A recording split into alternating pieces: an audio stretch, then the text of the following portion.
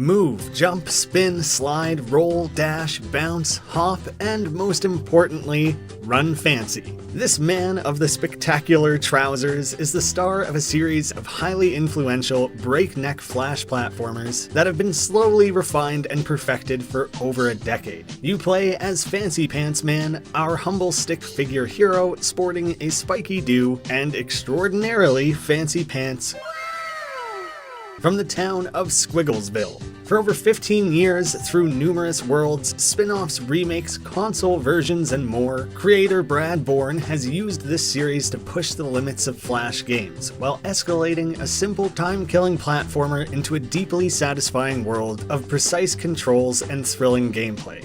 This is Fancy Pants Adventures.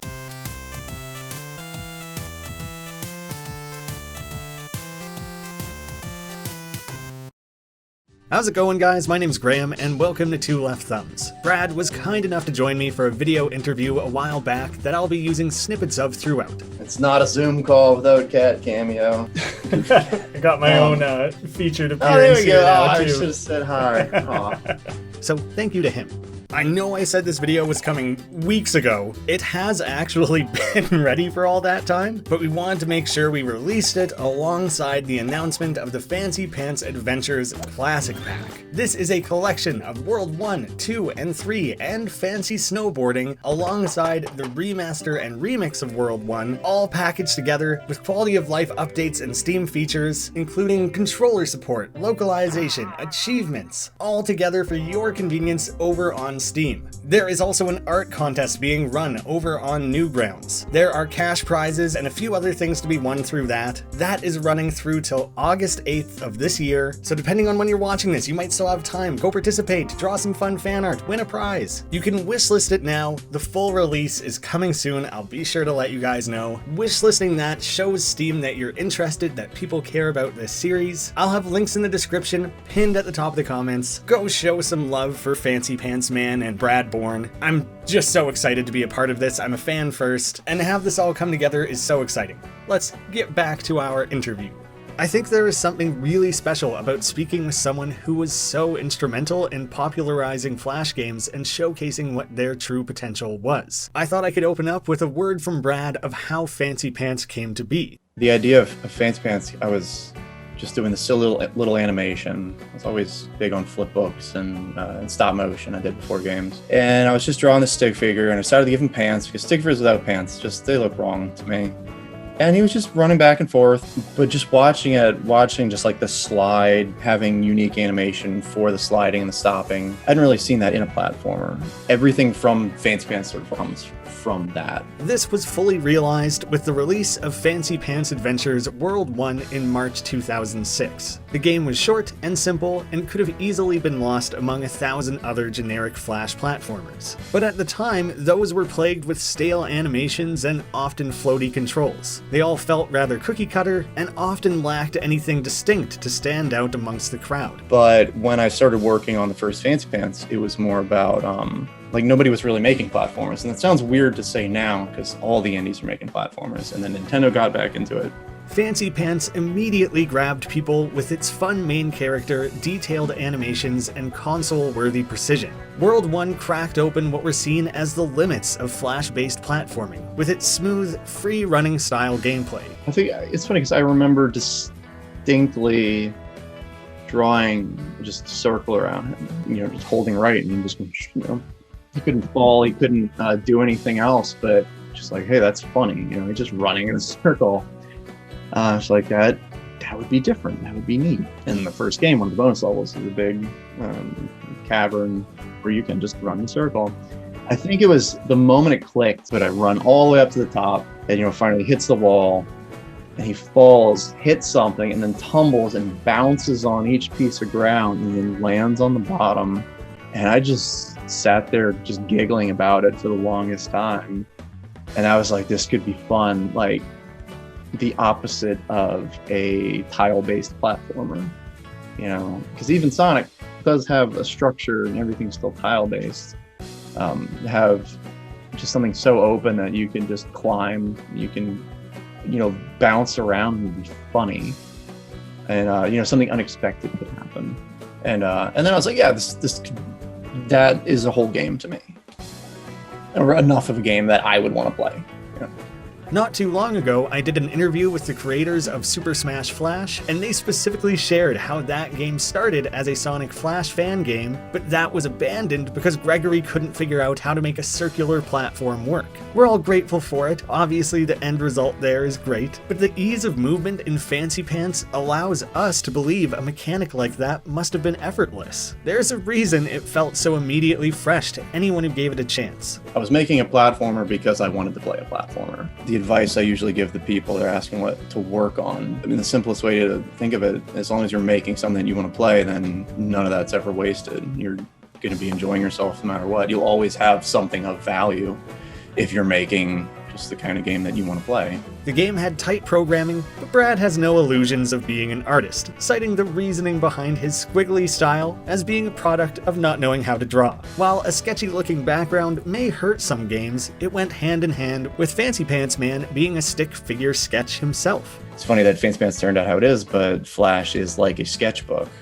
To me, Flash has always been the pencil drawing of a game maker program. You can just throw ideas out there, hand it to somebody, and then go, oh, it's fun. And that's it. Okay, good. Well, let's expand on that. World 1 may not have been perfect, but it set a new bar that no other Flash platformer has really touched since. The game rewarded exploration, provided extra challenge rooms, and the ability to demo the wall jumping mechanic that was originally saved for World 2. Despite the lack of a real story, there was an air of possibility and the promise of so much more for the series. This first iteration of the game is so strong, so distinct, so memorable, that it has become crucial and a template for any Fancy Pants games Brad has done since. I keep going back to level 1, World 1, just because it's so distinct to me. Like that, to me, is Fancy Pants. If any changes I made to the engine, I would go back there and see if it still felt familiar to me. Although it was partially bogged down by some limitations of Brad's early programming, such as scripted jumps, which took away the option for aerial control. That feeling of kinetic energy, acceleration, and directional changes for our hero hadn't been totally nailed down yet. World 1 was laid out like a tech demo, with some jarring stops and often unfair enemy placements, and as a whole the enemies felt largely unnecessary to the experience. For some context surrounding Flash creation and internet culture around 2006, it was beginning to show the tipping point of talent and overall creativity in the medium at that time. It went from a few select standouts to being flooded with the best the internet had to offer. We had new games like Dad and Me, Johnny Rocket Fingers, Bunny Kill, and Thing Thing as the top-rated games in series, while stick fight animations and the Madness series were continually growing in popularity. Newgrounds started in this counterculture movement of having the most offensive and most violent content. Brad came on the scene at a time when blood and guns were what performed most well, and he helped open that gateway to what came next. I'm really contrarian with most things, so if I see a fad or what kind of games are popular in the Flash space, I'm probably going to make something completely different, just because that's how I am. I'm looking at Newgrounds, and I was always a big fan of the freedom and the creativity and just the craziness and, Madness, the Dad and Me, Pico School, like the edgy sort of like, oh, you can't find this on a Nintendo system sort of games. I'm gonna do what I want to do, and that's the only thing that's really feels rewarding to me, because it's probably a theme, trying to make a non-violent stick figure popular on Newgrounds. While developing an updated engine for World 2, Brad returned to his original creation and applied some extra polish. This includes simple fixes like less audio compression and a higher animation frame rate, but he also updated the physics and overall the engine to match the upcoming game. The controls became even snappier, more responsive, and he fixed the previously spotty wall jumping. Brad is hyper-cognizant of the player experience, both wanting to educate the player to steer them in the direction of playing the game the way he intended, but also reacting to the way they collectively attempt to run at each problem. You got to put the game in other people's hands, one, just to keep yourself motivated, because that's the fun part, watching other people play, and people will do bizarre things. You have to read minds, you have to figure out what they're trying to do, and if you can allow them to do it, then do that. But if it gets in the way of something else, like a different mechanic, the game has to be able to tell what they're trying to do between two things. And if that gets too blurry, and then they'll be like, why is it doing this? I want them to do that. Then you have to make a right way to play the game. Like, it's a hard thing. Nobody wants to say that. Like, there's no right way to play their game. If you say that somebody's playing your game wrong, then you are a bad developer. And I don't like that line of thinking. That last statement may be considered a rather spicy take. It really is an unspoken part of game development and kind of a dirty, frowned upon conversation. Before anyone grabs their torch and pitchforks, I think Brad explained his position here incredibly well, and honestly it kind of rewired the way I think about game design and target audiences. I'll allow him to explain in his own words, with the conversation starting from a place that was addressing the divide in Flash gaming, and that fork in the road where on one side it went towards the mobile market and on the other the indie revolution. It was always the press talking about, we're going to expand the gaming audience, we're going to make everything more accessible, we can get more people playing, which the best way to do that is to just make more games instead of making sure that your game doesn't really appeal to anyone. Does Dark Souls need an easy mode? Well, no, because then you're going to think about that. Even when you're making hard mode, you're going to be thinking about easy mode. It's going to change the identity of the game. When I was in college, the first Halo was out for about a year or so, and all these people who were not gamers, they had not played a game since like the first Mario game. They all beat Halo 1 on Legendary because that was the cool thing to do. It's not that a game can ever be too hard. It's that your game has to be good enough that it's worth learning and defeating. So I'm more of a, like, don't make the game easier, like, make it better. If there's something that the player is having trouble with, you're doing a bad job of communicating to them why what they're trying to do is maybe not the best option. And saying, like, no, this is what you need to do. There's a respect of your player. To water a game down, I think, is a huge disservice to the game and to the players that do crave that. Because they're the ones that they're going to be passionate about it. They're going to love that. They're not just going to play it or get addicted to it. They're going to love it, which is a huge difference. It was almost 2 full years after that original version of World 1 that we saw the release of World 2 in January 2008.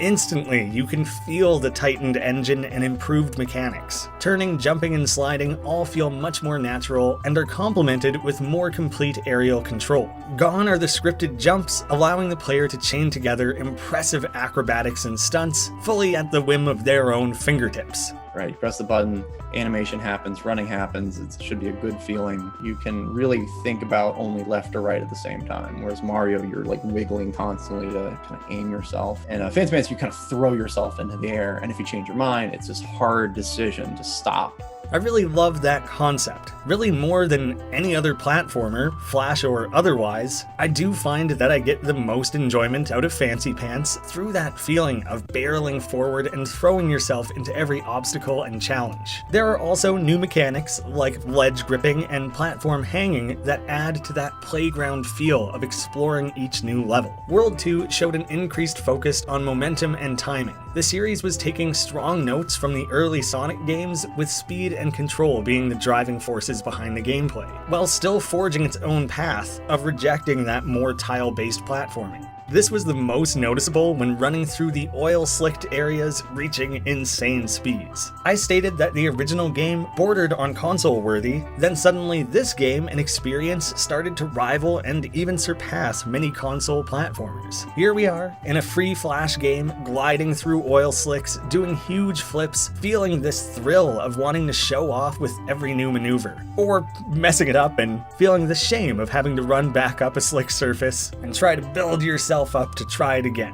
The complexity of the gameplay and that complementary animation were unheard of in the Flash world. While we're on the subject, that detailed frame-by-frame hand animation for every single action, movement, and transitional frames between each is kind of unheard of anywhere. It's like 5,000 unique frames of animation, something, or 8, what is it? It's like twice as much as the current world record holder, which sounds way too much for the, like, what it would actually be. but I need to submit that one day.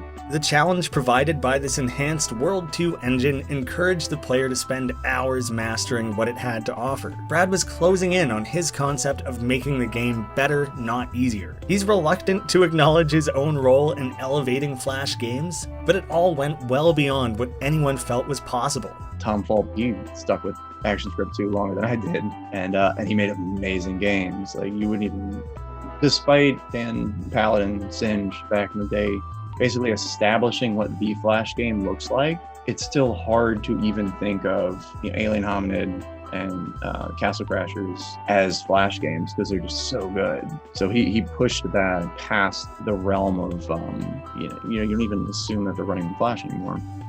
I think you discredit Fancy Pants a little bit, or maybe you're just being humble and not wanting to include yourself in that conversation. I've watched how the sausage is made.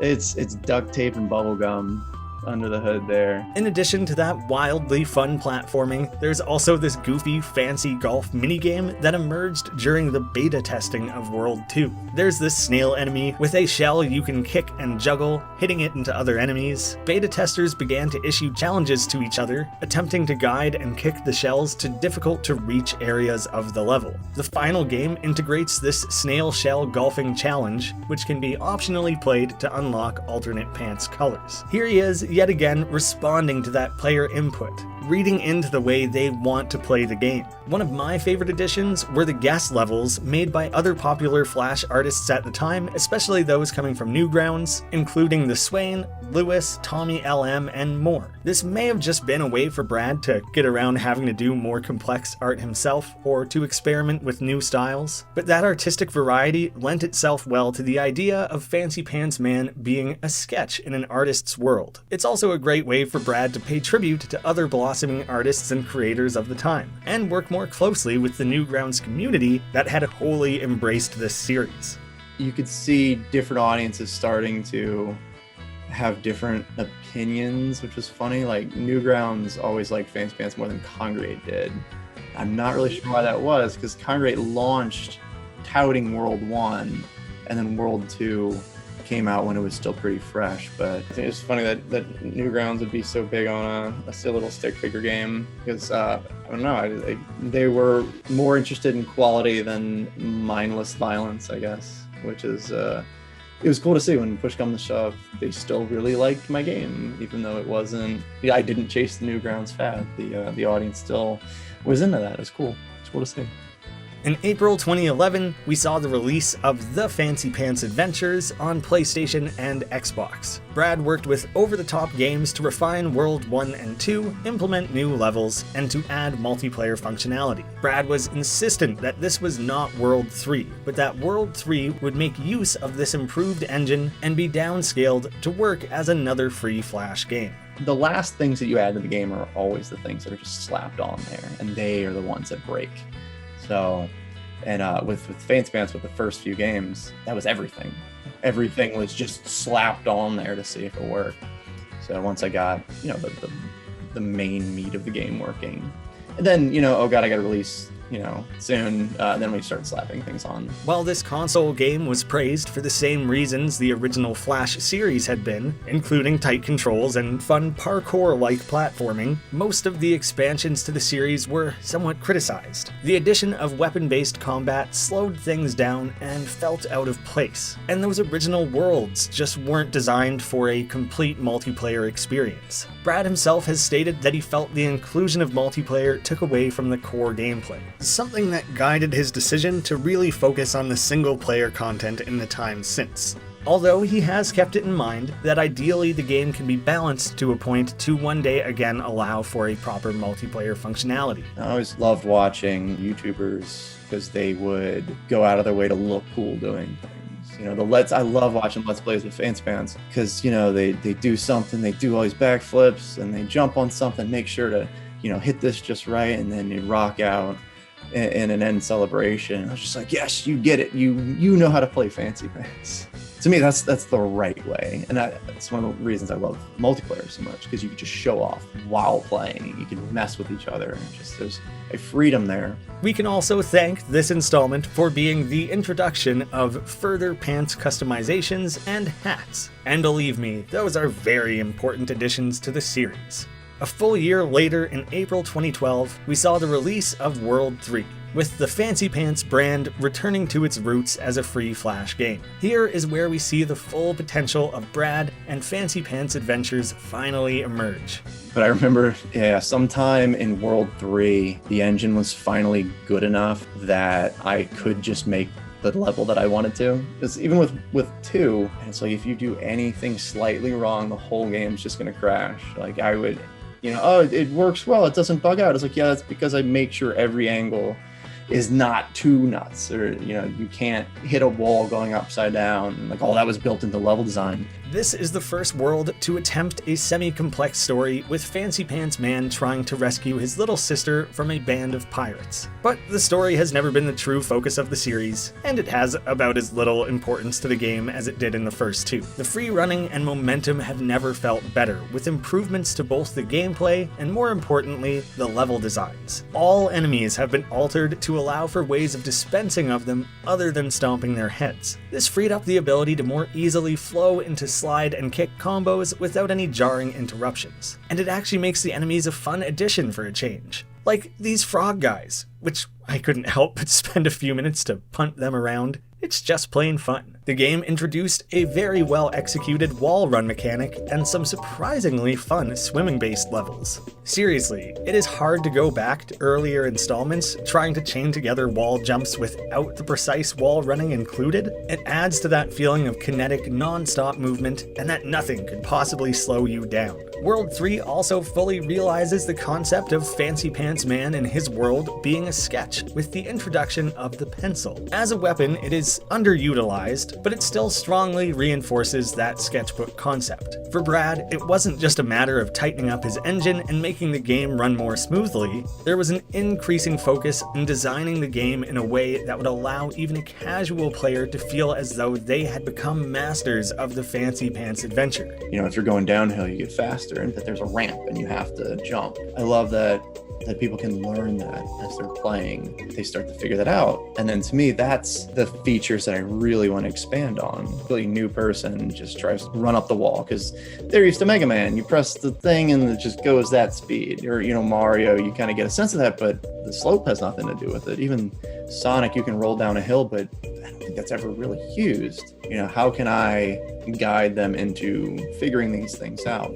Running downhill, jumping up, and then, they get a master of the controls, but then they get it. I think the trick to Mario is that you can always jump higher and run and further than you think you can. So as you play, you realize you can actually make this jump. So it's not just fighting with the controls to be more precise and be better at the game, but you're learning how much more you can actually do. So the levels always have this illusion of looking harder than they are. Not only are you experienced in it and you've done these jumps before, but you've grown as a player. You've taken that with you. Speaking about the level design, there is an option to chain together segments of running, diving, and jumping until you reach the level's ending, but it is so much more rewarding to explore. There are often various branches to be discovered, which take you through all new areas of thrilling platforming, some of which include mechanics that are only applicable to that one area. Not through unlocking a skill like in a Metroidvania, but instead discovering a unique environment that presents you with a new way to utilize the skills you already had. On the surface, it reminds me of the high-low splits that we would see in old Sonic levels, where you choose your own path and sometimes have it chosen for you based on skill. The difference is that in this open world, Brad never really limits you. If you are motivated enough to return to an old area or make that tall climb back to the top,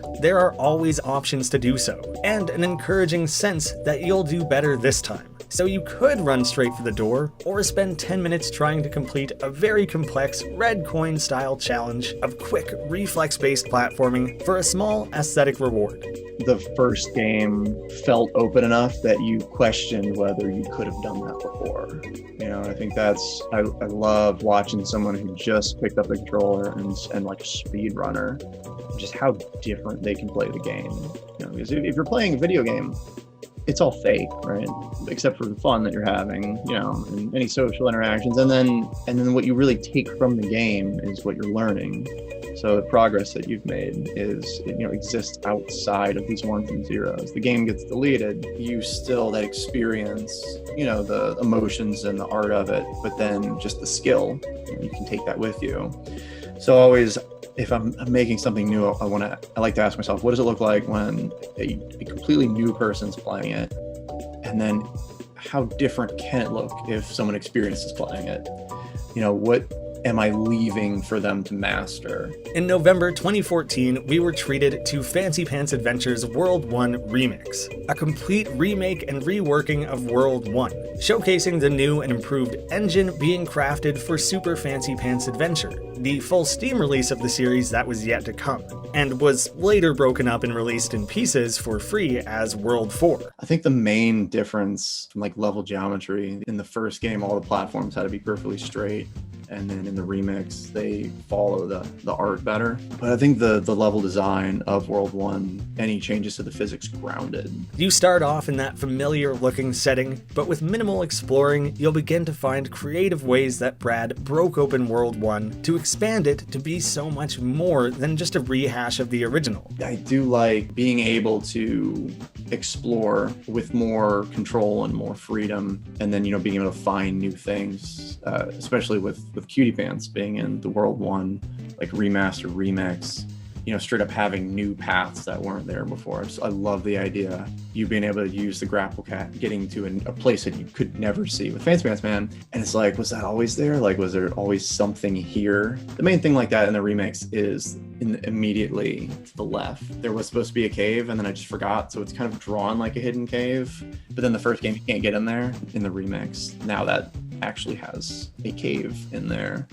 But just the idea of like, oh, I couldn't jump high enough before, or you know, was something broken? Was this cave always here? Just makes it feel more like an actual place. I especially like the tongue-in-cheek, no one ever liked level 3, as he uses the pencil to change the level as you're playing it. It takes what was previously seen as one of the more bland levels of the overall world and creates this interactive feel that suddenly makes it a standout. It's a great way to bring things full circle and to show exactly how far this series had come in nearly 9 years' time. The art, animation, sound, gameplay, but most of all, design sensibilities had all improved so much in that time. Fancy Pants Man has had a few small appearances outside of his main adventures and their remakes and revisits. In 2008, he was added as a playable character in Newgrounds Rumble, with Brad providing all his movesets and animations himself. And in 2015, we were treated to a simple mobile game that acted as a way to tide over fans waiting for World 4. It is a well-made game, with the usual precision and strong design sense we've come to expect, but it just wasn't a proper Fancy Pants adventure. In September 2017, which is what had motivated me making the first version of this video 4 years ago, we had the release of Super Fancy Pants Adventure. You know, with Super, it was just having to rethink everything from the ground up, which is frustrating because Super is the first one that I really think plays as good as like it does in my head. This aptly titled installment is the culmination, expansion, and refinement of everything that came before. The identity of Fancy Pants, both as a series and a character, had never been more certain, and Brad was able to pour absolutely everything into making this the ultimate experience of an already beloved series. I think that a lot of indie games have a problem with they need that gimmick, and then sometimes it works out amazingly well. You know, Braid with the time travel is an incredible gimmick. The difficulty of Super Meat Boy, that like is a gimmick, but it's incredibly fun. But there's so many indie games that just have these weird gimmicks that don't really make any sense. To me, the gimmick of Fancy Pants is just how it plays, like a very core. And with Super, I especially tried to focus just on that. That's why I took so much out of it. Because, you know, like I said, if I got bored while making World 3, I just started adding stuff. And I realized a lot of the little things I was adding are things to help with frustration. They were just band-aids. They were covering up issues with the game being too floaty or too unresponsive, or the animation taking priority instead of the controls. And so with Super, I just stripped everything out that was trying to cover that up, and that made me actually fix the core of it. I guess I saw too many games just not not really worrying about how the game felt to play. Any other excuse was, well, it's about the graphics, or it's about the sense of exploration, or this. It's okay, but it still needs to feel good to play. And so I'm just putting everything into that. And I'm just one guy, so it ends up, being very, very focused on that one thing. And then the way I design levels, it's more of a playground than a series of button presses, which another QuickTime events. Like I'm gonna make the anti-QuickTime event, which to me, and my rule when I change the engine, you have to be able to jump and land on your head. You have to be able to break the game's physics. They're not set in stone. They're not a binary choice. There are 56 total levels, a brand new pen weapon that improves on the flaws of the pencil, new moves, new challenges and modes, and since release, the game's been updated to offer awesome bonuses like a sneakily included multiplayer mode, the ability to play World 1 Remix with in-game, and with a little bit of Flash experience, the ability to create your own custom levels. I don't think I could summarize better than a write-up on the game's own Steam page. Brad Borne started this series over 10 years ago as a young indie developer working to redefine video game platforming by making speed and tight controls feel compatible. Over the years, he has honed his craft, turning his Fancy Pants games into a worldwide phenomenon, with over 100 million plays and becoming one of the top online games of all time. This newest version, Super Fancy Pants Adventure, is a culmination and a reimagining of the series into a full-fledged title. Those insane play counts is something Brad and I definitely talked about in our interview. And it's like, 1 million views. That's cute. Like, I got that within a day, years ago. The idea that people would get to make guest appearances on late night shows, dancing or doing whatever weird talent they had after their viral video hit 1 million views on YouTube. There's a strange disconnect there and a lack of an appreciation. Why weren't these Flash creators appearing on Conan or other late night shows? It's just an interesting thing to put into perspective. The main story of this title can be completed in just a few hours, but with bonus content, extra additions that have been made, fan-made levels, and the will to better yourself and master this game, which you can see across the Steam page that most players take it upon themselves to 100% the game, and often end up spending 4, 6, or even 10 plus hours playing. At that listed price, after so many free installments of the series, that really is a steal. Brad has some early thoughts to share, looking forward to where the series could possibly go next. That was the focus of the newer prototypes that I was working on for the next game, for World 5 working title. It looks cool, but still not on rails. I think video games have a problem with not knowing how to look cool while not being on rails. He's feared that in the past he's kept the different components of the game too separate, rather than allowing them to all play out in unison. This is something else he is working to address. One of the things that I'm bad at is taking what's good about those different ways to play, or the freedom of that, and bringing them into the core level design. Because I would have the difficulty would be tucked away in the challenges. The freedom of movement would be tucked away in the multiplayer. The speed would be tucked away in the races. And it's like, but why? I need to be more confident players will want to be better at the game, that your game's worth learning and worth getting better to master, to defeat.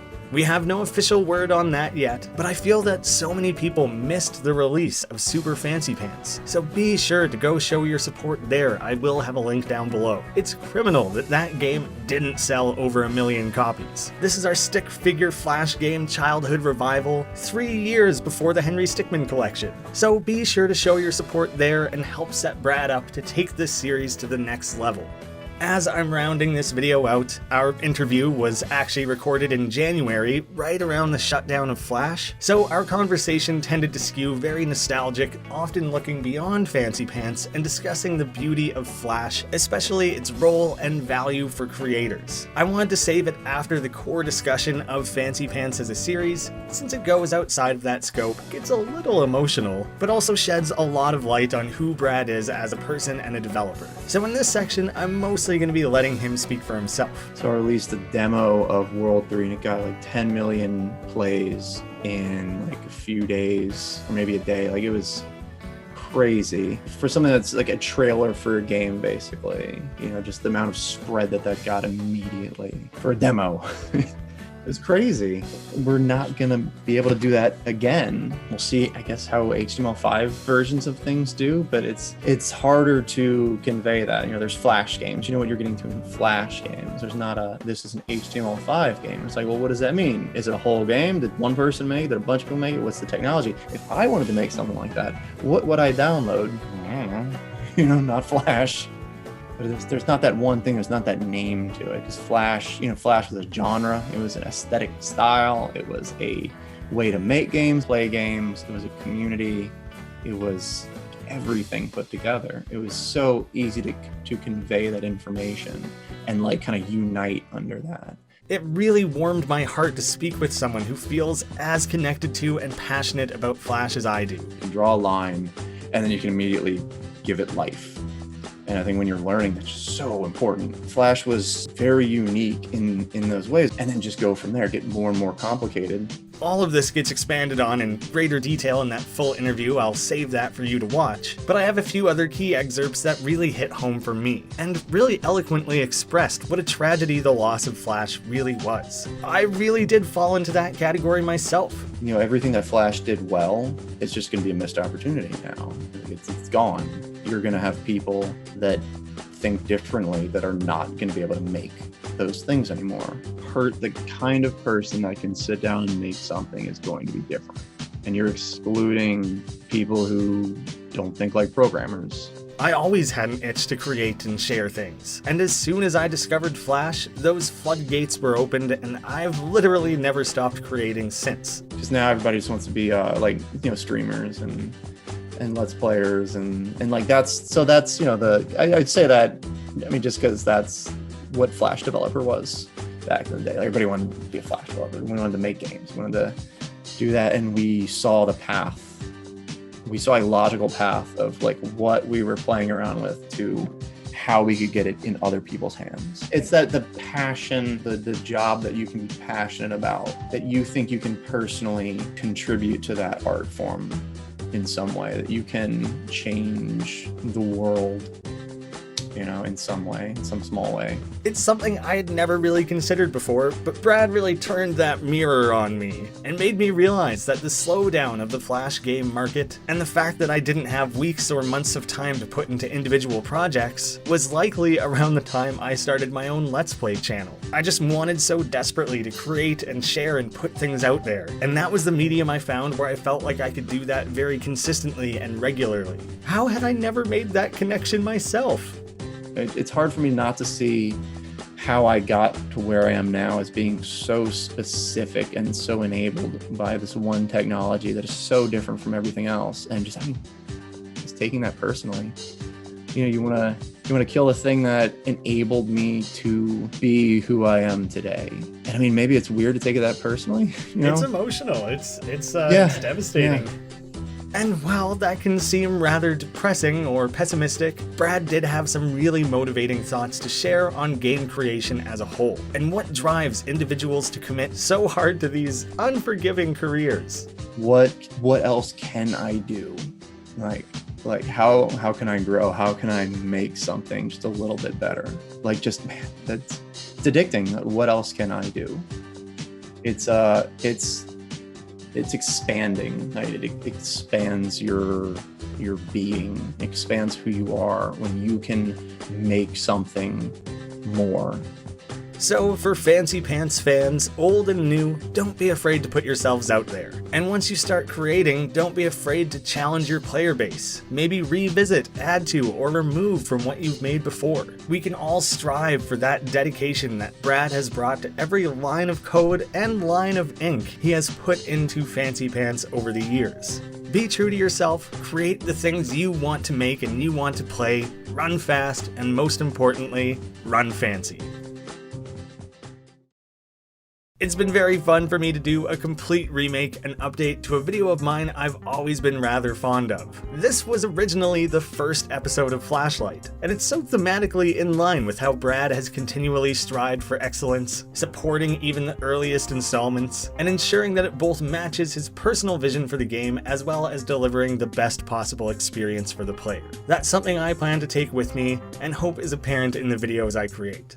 Thank you all for your patience waiting for this video. I hope you're as psyched for the Fancy Pants Adventures Classic Pack as we are. Absolutely go wishlist that right now, and then you can get started on your Fancy Pants themed art for a chance to win copies of the game, cash prizes, or to potentially have your art turned into a Steam trading card. You don't want to miss that. And thank you all so much for watching. Thank you to patrons of the channel for their additional support. I'll get that full interview up as quick as I can, and I hope to see you all again soon.